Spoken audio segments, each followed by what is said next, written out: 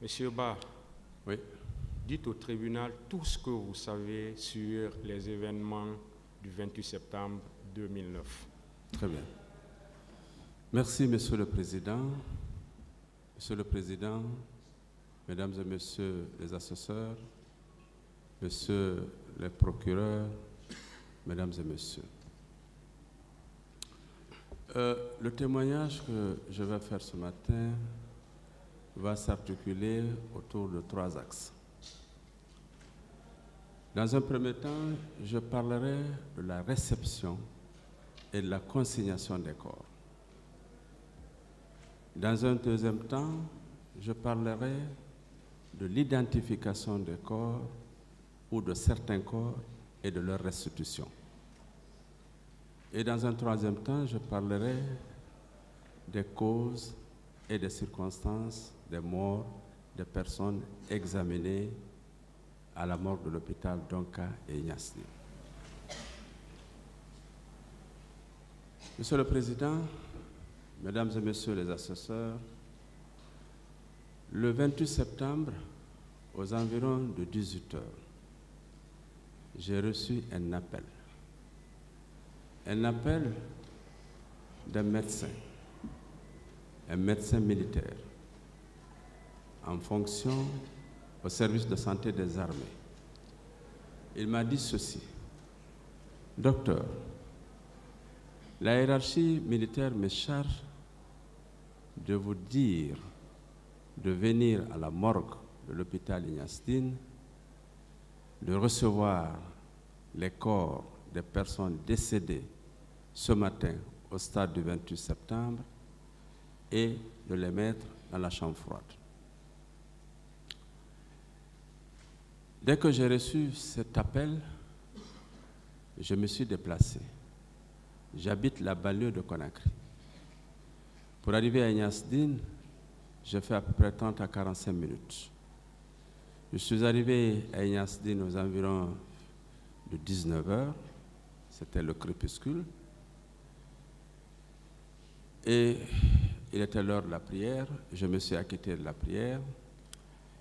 Et dans l'arrière-cour de la morgue, pour ceux qui connaissent l'hôpital Ignace Dine, qui fait face à la mer, j'ai trouvé des collègues médecins militaires.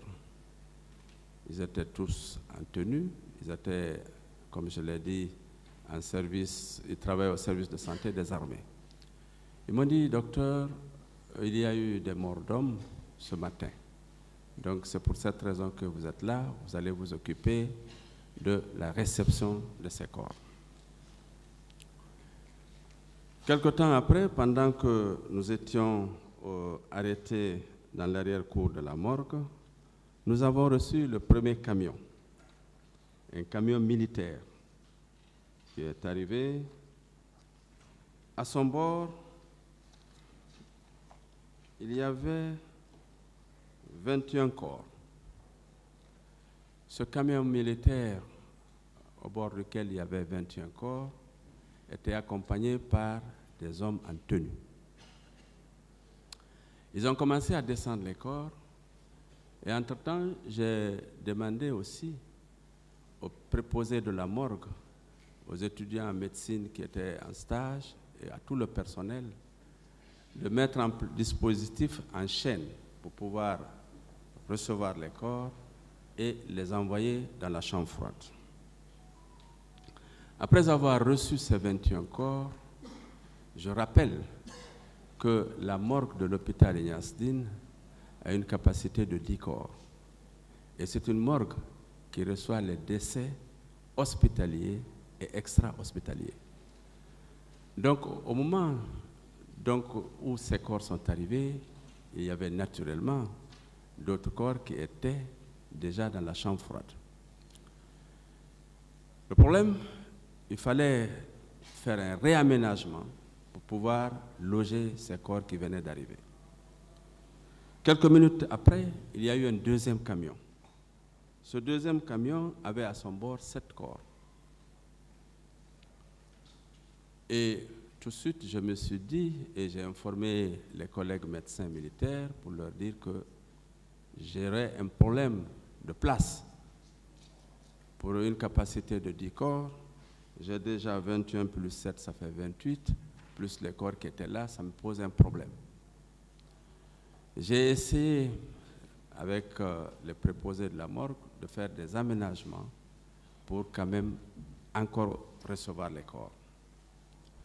Pendant que je faisais cet aménagement pour recevoir les corps, il y a eu un troisième camion qui a déposé 15 corps, ce qui fait un total de 43 corps.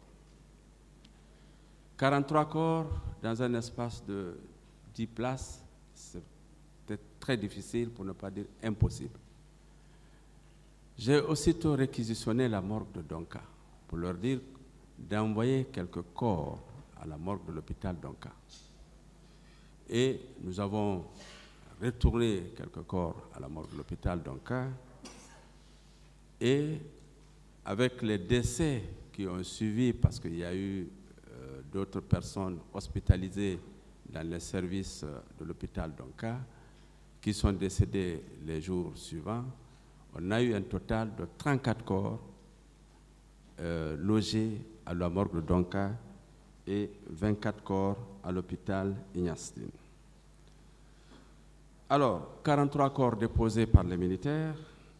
On a eu 6 corps décédés au service des urgences médico-chirurgicales à Donka, un qui est décédé en chirurgie générale, un autre malade décédé en chirurgie thoracique et un corps déposé par les sapeurs-pompiers. Ça, c'était à J2, donc le lendemain des événements du 28 septembre.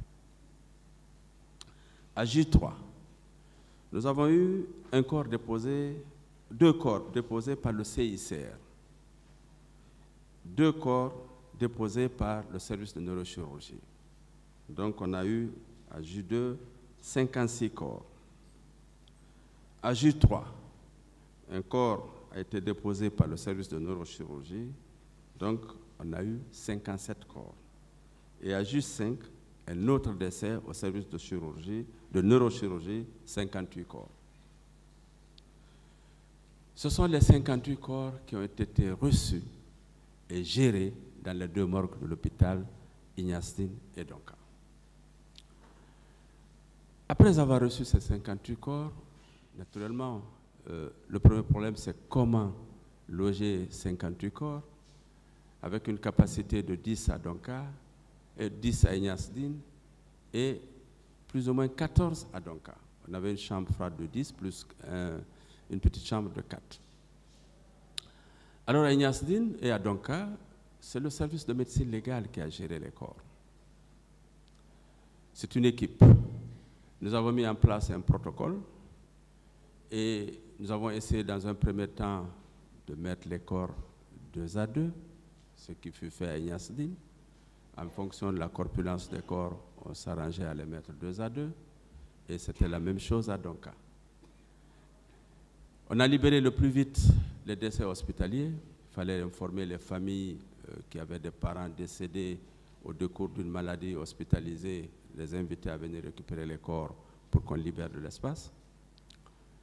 Et à Donka, nous en avons fait la même chose pour mettre les corps 2 à 2, après avoir effectué une toilette funèbre, mise en linceul, et puis mettre les corps dans les chambres froides. Malgré cette disposition, naturellement, il restait des corps qui n'ont pas de place. Il fallait les mettre alors sous les paillasses. Pour ceux qui connaissent les morgues, il y a des salles où il n'y a pas de chambre froide, ce sont des paillasses, c'est là où on fait les toilettes funèbres. Alors les corps qui ont été déposés sur les paillassons ont été préparés, ont été embaumés avec du formol pour naturellement retarder la putréfaction. Après avoir logé les corps dans les différentes chambres, on devrait être confronté à l'identification des corps. Je rappelle, Monsieur le Président, que je n'ai pas reçu de réquisition aux fins d'autopsie. J'ai beaucoup entendu parler, mais je n'en ai pas reçu. Mais, étant médecin légiste, je devrais quand même faire mon travail en dehors du simple fait, simple consignation des corps. Il fallait examiner les corps, il fallait procéder à l'identification des corps parce que le besoin était là et aussi à déterminer les causes de décès.